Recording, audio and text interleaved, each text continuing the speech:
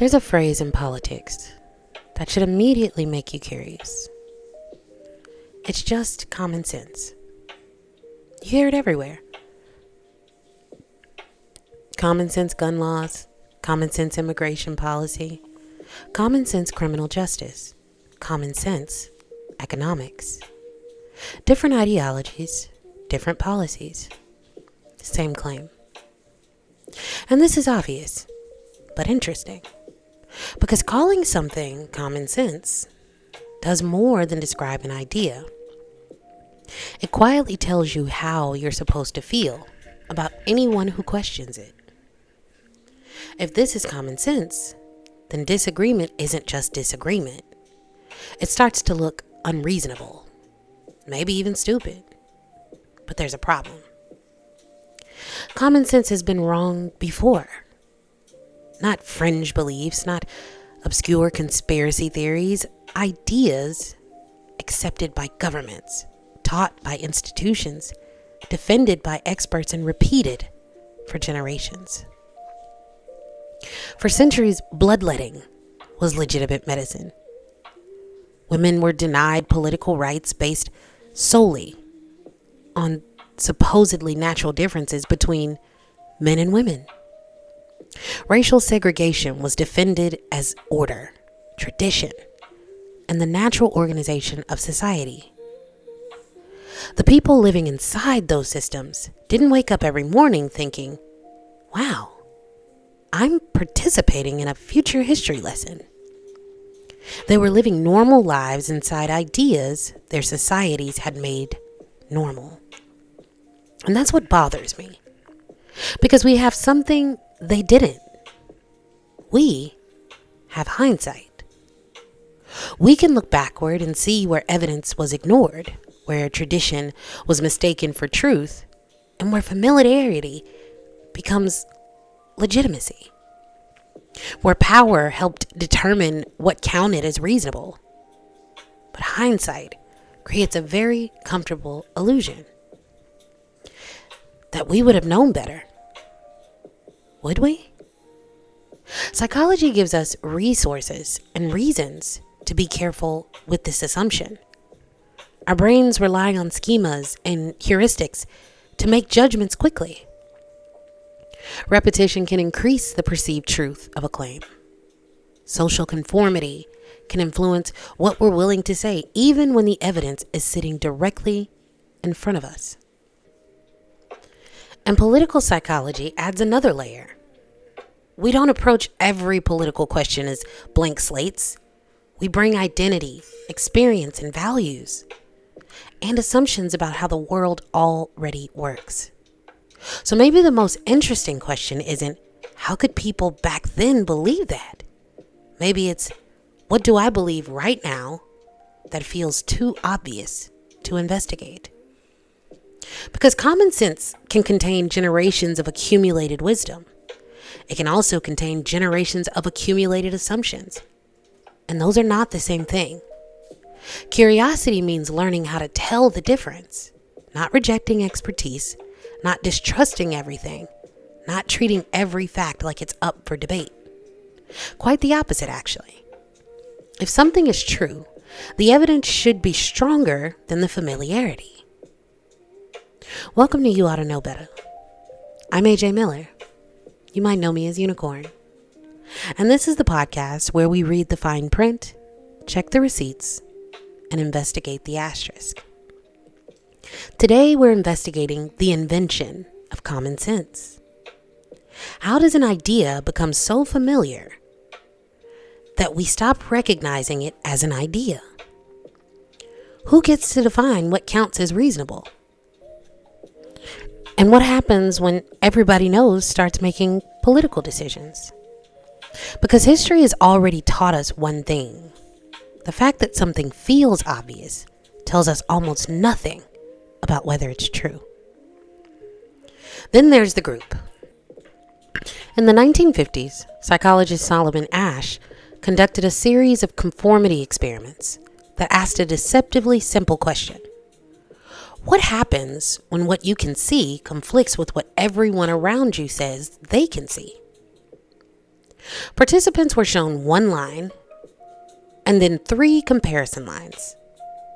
Their job was simple: identify which comparison line matched the original. The answer was intentionally obvious, but there was a catch. The actual participant was seated with several other people who were secretly working with the researcher. At first, everyone gave the correct answers. Then, on certain trials, the group unanimously gave the same obviously wrong answer. So imagine sitting there. You can clearly see that the answer is B. One person says C, then another says C, then another, and another. Now, everyone in the room has said C, and it's your turn. Under normal conditions, people made very few mistakes on this task. But when participants faced a unanimous group giving the wrong answer, they went along with that incorrect majority on roughly 1/3 of the critical trials. About 3/4 of participants conformed at least once. But here's an important part that sometimes gets lost when we talk about ASH. Not everybody conformed. Some participants continued giving the answer they believed was correct despite the entire group disagreeing with them. And even among the people who did conform, the reason wasn't always the same. That brings us to 2 concepts that help explain conformity: normative social influence and informational social influence. Normative influence is basically, I don't necessarily think you're right. I just don't want to be the odd one out. You may know the group is wrong. You may privately disagree. But humans care about belonging, acceptance, and how other people perceive us. Sometimes we go along publicly without actually changing what we believe privately. Informational influence is different. That's if everybody sees this differently, maybe I'm the one who's wrong. Now, the group isn't just creating social pressure. The group itself becomes information. And honestly, that in itself is not irrational either. If you're somewhere unfamiliar and everyone suddenly starts moving toward the exit, paying attention to them might be a very smart decision. Other people often do know things we don't. The problem comes when we confuse social agreement with independent evidence. And Ash found another piece of this that I think matters enormously. When the group was no longer unanimous, when even one other person broke with the majority, the pressure to conform dropped substantially. Think about that. You didn't necessarily need everybody on your side. Sometimes simply knowing I'm not the only one seeing this was enough to make resisting the majority easier. That's why reducing Ash's experiment to people are sheep completely misses the point. The study wasn't showing us that people are incapable of thinking for themselves. It was showing us that human judgment happens in a social environment. Sometimes we're asking, what does the evidence tell me? Sometimes we're asking, what does everybody else know that I don't? And sometimes, whether we realize it or not, we're asking, what is it going to cost me socially if I say what I actually think? Now here's where this gets politically interesting. ASH's participants were looking at lines. They weren't being asked about immigration, taxes, abortion, or war, or a political candidate they'd supported for 20 years. There was almost nothing personally invested in getting the answer wrong. Now imagine the evidence isn't visually obvious. Imagine it's complicated. Imagine the people disagreeing with you are people you respect. Imagine your political identity is involved. Imagine your community has believed one version of the story for generations. Now, we're not just talking about conformity. We're getting very close to how common sense gets built. Humans are social creatures. We learn from other people because other people are frequently valuable sources of information. If everyone around you suddenly runs from a building screaming, "Fire!" Stopping to conduct your own independent investigation is probably not your finest survival strategy. The important distinction is between other people believe this and the evidence supports this. Sometimes both are true. Sometimes they're not. So if our brains build the shortcuts, where does the information inside those shortcuts come from? Because nobody's born with a political ideology. Nobody comes out of the womb with an opinion on taxation or criminal justice, immigration, or the proper role of government. We learn how the world works by living in it. And that means some of what eventually feels like common sense is shaped by something much bigger than individual psychology.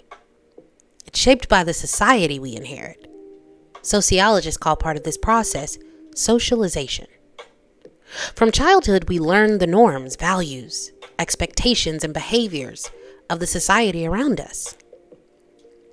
And political scientists talk specifically about political socialization, the process through which people develop political values, identities, attitudes, and understandings of government.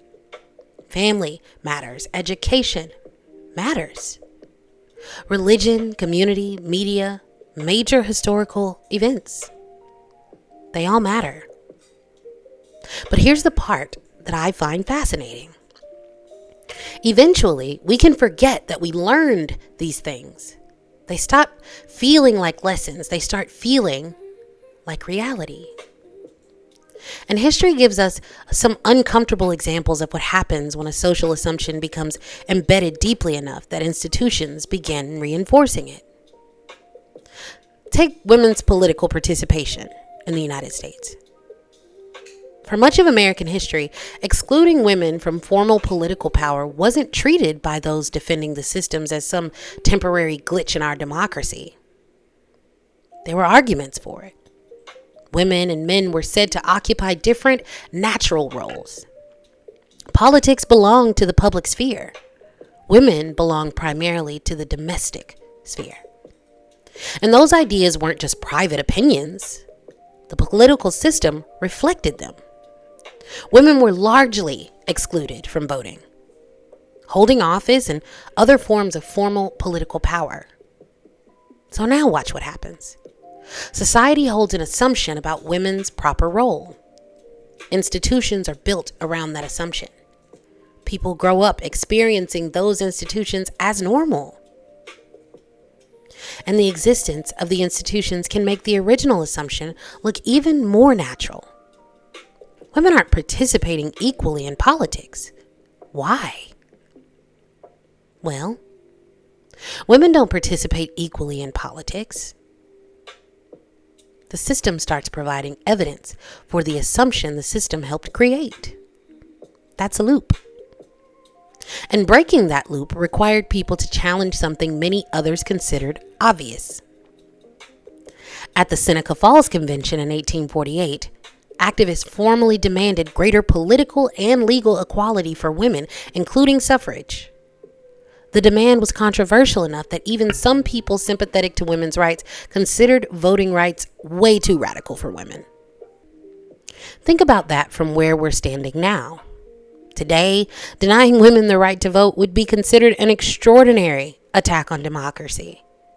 In 1848, demanding that right could be treated as the extraordinary position. The biology didn't change.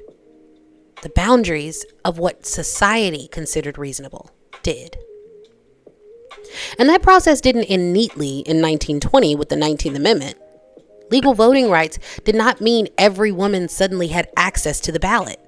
Black women, indigenous women, Asian American women, and others continued facing legal and practical barriers shaped by race, citizenship, state laws, and discriminatory voting systems. That's important because here history rarely moves from wrong to corrected and then finished and forgotten. It's usually messier than that. Now consider racial segregation. After Reconstruction, Southern states constructed what became known as Jim Crow, a set of laws that were based on a minstrel character that degraded Black people in theater. These laws and the systems that it practiced enforced racial segregation and helped maintain white political power. Segregation affected schools, transportation, public accommodations, housing, voting, and everyday life. But here's what matters for our investigation. Jim Crow didn't survive for decades simply because somebody wrote racist ideas on a piece of paper. Those ideas were reinforced through institutions.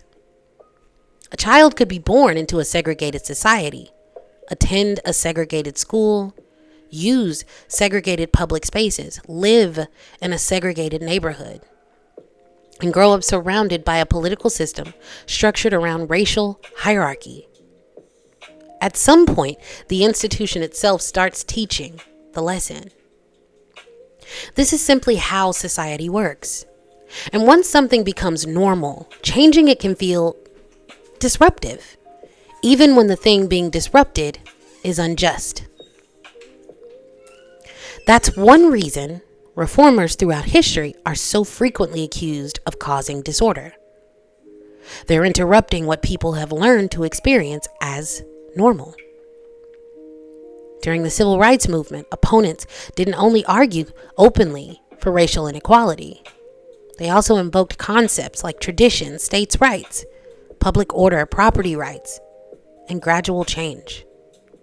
And that matters because political arguments rarely arrive wearing a sign that says, "I'm defending the status quo." They arrive through values people already recognize: freedom, safety, order, fairness, tradition. Those words aren't inherently good or bad. The question is, what are they being used to justify? This is where sociology, history, and political psychology collide. Our environments help shape what feels normal. Institutions reinforce some of those norms. Then political arguments can appeal to the very assumptions those institutions helped create. And eventually, the argument doesn't sound political anymore. It sounds like that's just the way things are. But history gives us an advantage. We can see change after it happened. We know women eventually gained constitutional protection for voting rights. We know Brown v. Board of Education rejected state-mandated racial segregation in public schools. We know the Civil Rights Act of 1964 prohibited major forms of discrimination, and the Voting Rights Act of 1965 attacked racial barriers to political participation. Looking backward makes those changes feel almost inevitable. They weren't. People organized for them, opposed them, governments resisted them, courts fought over them. Political coalitions changed, and eventually, some ideas that had once been treated as radical became part of what later generations considered obvious. That's why I don't want us walking away from history thinking people back then were ignorant, we're smarter now. It's way too comfortable. The more useful question is, what made those systems feel reasonable to the people living inside of them? Because if we can understand that, we can ask a much harder question about ourselves. What institutions are shaping what feels normal to us? Which political assumptions have we inherited rather than investigated? And which ideas do we call common sense? Not because we've examined the evidence, but because we've never experienced a world organized any other way. That's where this stops being just a history lesson. Because common sense doesn't stay inside our heads. Eventually, we vote with it. We write laws with it. We build institutions around it. And we decide which political solutions are reasonable before the debate has even begun. So now we need to follow the common sense into the place where those assumptions become power. Politics. So now we get to politics. Because common sense doesn't stay inside of our heads. Eventually, we govern with it. We decide what problems deserve government intervention, what behavior deserves punishment, what counts as fairness, what freedom means, who deserves help, who should pay. And before anybody ever hands us a 200-page policy proposal, we already have assumptions about what the answer should look like. That's where political psychology gets interesting. Because politics isn't just a competition between different policies. It's also a competition between different ways of defining the problem. Political scientists and communication researchers call part of this framing. A frame emphasizes certain aspects of an issue, which can affect what people consider important when evaluating it. Think about crime. If crime is framed primarily as a problem of dangerous individuals who need consequences, then tougher sentencing and increased policing may feel like obvious solutions. If crime is framed primarily through poverty, opportunity, community conditions, or rehabilitation, a completely different set of policies may feel reasonable. Neither frame by itself tells us whether a particular policy actually works. That's what evidence is for. But the frame can influence which evidence we look for in the first place. And politics is full of these competing definitions. Is taxation primarily a burden placed on individuals, or the mechanism which society funds collective goods? Is immigration primarily about border security, or labor, asylum, demographics, and humanitarian obligations?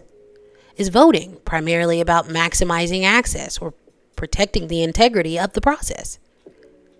Notice what just happened. I didn't change the underlying political issues. I changed the question surrounding them. And once the question changes, what counts as a common sense solution can change with it.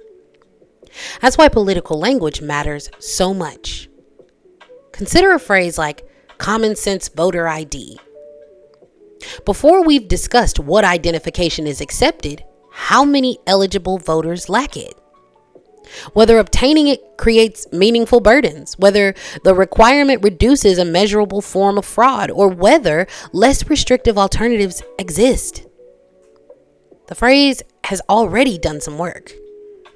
It has told us the proposal is reasonable, moderate, obvious.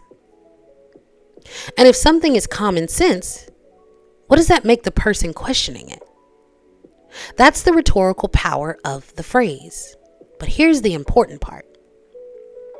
That doesn't tell us whether voter ID is good or bad policy.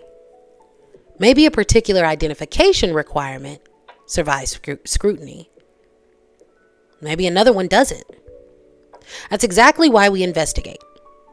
Common sense can't answer an empirical question. Data can. And the same thing happens from another political direction. Call something a common sense gun safety measure, and we've used the same rhetorical structure. Again, the phrase doesn't prove the policy works. We still have to ask, what exactly does the law do? What problem is it designed to solve? What does the available evidence tell us about its likely effects? What rights or interests are implicated? What are the trade-offs? The political conditions and positions may be completely different. The reasoning standard shouldn't be, show me the receipts. And this gets even more complicated once political identity enters the room. Political scientists have long studied partisanship as more than a collection of policy preferences. For many people, party identification can function as a social identity. That means political information can arrive already carrying a jersey, Democrat, Republican, conservative, progressive. And suddenly we're not evaluating only the proposal. We're also evaluating who proposed it. This is where research on motivated reasoning becomes especially useful. People can scrutinize information that threatens an existing belief more aggressively than information that supports it. Again, that doesn't mean everybody does this equally in every situation. And it definitely doesn't mean every political claim is equally valid. Bias in the person evaluating evidence does not erase differences in the quality of the evidence. That's crucial. If one claim is supported by strong, reproducible evidence and another isn't, intellectual fairness does not require us to split the difference. I'll say that again. If one claim is supported by strong, reproducible evidence and another isn't, intellectual fairness does not require us to split the difference. Curiosity is not false equivalence. It's a commitment to using the same standard of scrutiny even when we don't particularly like where the evidence leads. And that can be difficult because political beliefs can become intertwined with something deeper than policy: identity, belonging, morality. Our understanding of what kind of person we are. If you've spent 20 years believing that supporting a particular policy says something important about your values, contradictory evidence may not feel like somebody is challenging a policy. It can feel like they're challenging you. Now add another concept from political science: policy feedback. Public policy doesn't simply emerge from people's beliefs. Once created, policies can also influence future politics. They distribute resources, create constituencies, change people's interactions with their government, and sometimes change what citizens come to see as government's normal role. Social Security is a good example. When the Social Security Act was enacted in 1935, the federal government's role in providing economic safety and security looked very different from what Americans had previously known. Generations later, Social Security isn't experienced by most Americans as some strange new political experience. It's part of the institutional landscape. The policy became part of the environment in which later political attitudes developed. That's the loop we saw in history. Beliefs can shape institutions. Institutions can shape beliefs. And politics keeps moving inside that relationship. Which is why I get suspicious whenever a complicated political question is reduced to, it's just common sense. Not because common sense is worthless, and not because complicated automatically means better. Sometimes the simplest answer really is the best one. But public policy has consequences. A law can sound perfectly reasonable in a sentence and behave very differently once millions of people have to live under it. Who's affected? How much does it cost? Does it accomplish what it was designed to accomplish? Are there unintended consequences? What does the historical record tell us? What does the data show? Those questions aren't attacks on common sense. They're how we test it. And maybe that's the distinction in politics that it desperately needs. We don't have to abandon intuition. We don't have to pretend values don't matter. We don't have to approach every election like emotionless machines with spreadsheets for brains. But we should know when we've crossed the line between this feels right to me and I have good reason to believe this works. Those are different claims. Democracy doesn't require citizens who agree about everything. It requires something much harder. Citizens capable of disagreeing without surrendering their curiosity. People willing to ask the same uncomfortable questions of an argument they love that they would immediately ask of an argument they hate. So here's a test. The next time a politician, a pundit, or hell, me, tells you something is just common sense, don't automatically reject it. Don't automatically accept it either. Ask, what's the claim? What's the evidence? What would prove it wrong? Because if an idea deserves the power to become policy, it deserves more than just 4 words. It's just common sense. So what are we supposed to do with all of this, unicorn? Question everything, trust nothing? Assume every institution is lying and spend 6 hours on Google until we find something or someone who agrees with us? Absolutely not. Because skepticism without standards isn't critical thinking. It's just another shortcut. If the point of this episode were simply don't trust common sense, we'd be replacing one intellectual problem with another. The better question is, how do I know when my common sense deserves to be trusted? And I think we can start by separating 4 things we constantly mix together. What I know, what I've experienced, what I believe, and what I've heard. Those categories can overlap, but they're not interchangeable. Your experience is real evidence about what happened to you. It does not automatically tell us how frequently the same thing happens across an entire population. A statistic can tell us something about a population. It may tell us very little about why one particular person experienced what they experienced. Expertise can give someone knowledge that the rest of us don't have. Doesn't make an expert incapable of error, and disagreement among experts doesn't mean expertise is meaningless. This is where curiosity needs discipline. Because the goal isn't to become suspicious of everything. The goal is to become more precise about why we believe what we believe. So when I encounter a political claim that immediately feels obvious to me, that's actually when I want to get curious. Not because it's probably wrong, because my confidence arrived before my investigation did. First, what exactly is this claim? Not the slogan, not the headline, not the 10-second clip or the TikTok video. The claim. Crime is out of control. Okay. Which crime? Where? Compared with when? Measured how? Now we have something we can investigate. Second, what evidence would I accept if it pointed in the opposite direction? This one is uncomfortable. Trust me.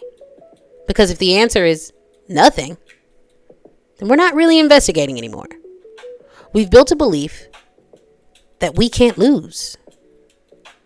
Every piece of supporting evidence proves it. Every piece of contradictory evidence becomes part of the conspiracy against it. That's not skepticism. That's unfalsifiable belief.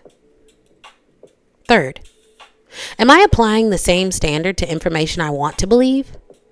Imagine a study supporting your political position has a sample of 200 people. You share it immediately.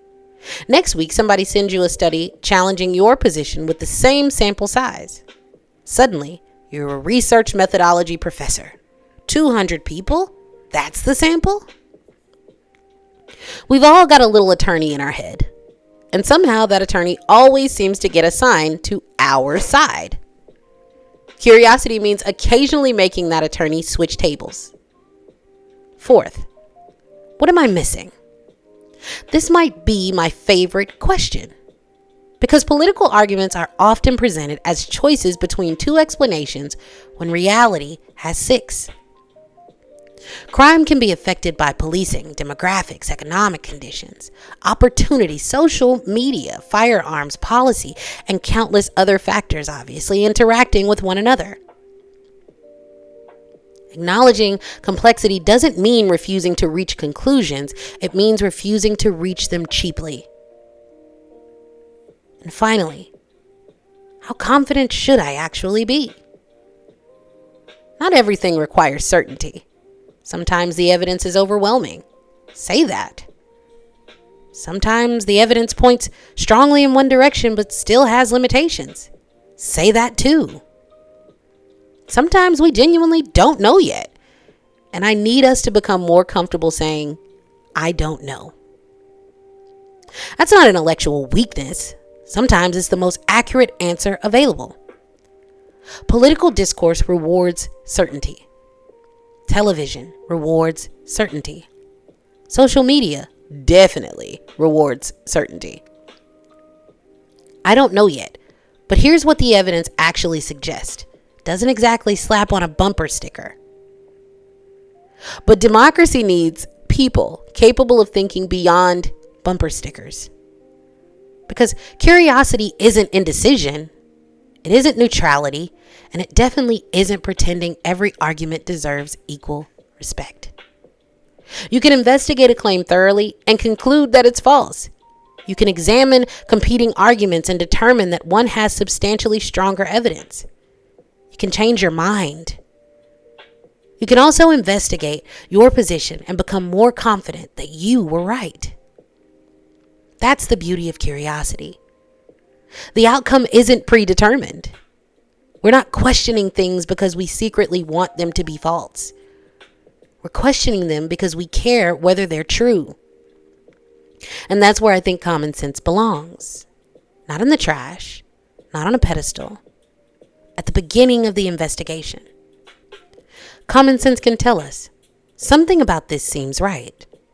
Curiosity responds, okay, let's find out why. Because the goal isn't to become a person who questions everything. It's to become a person who knows which questions are worth asking. This has been You Oughta Know Betta.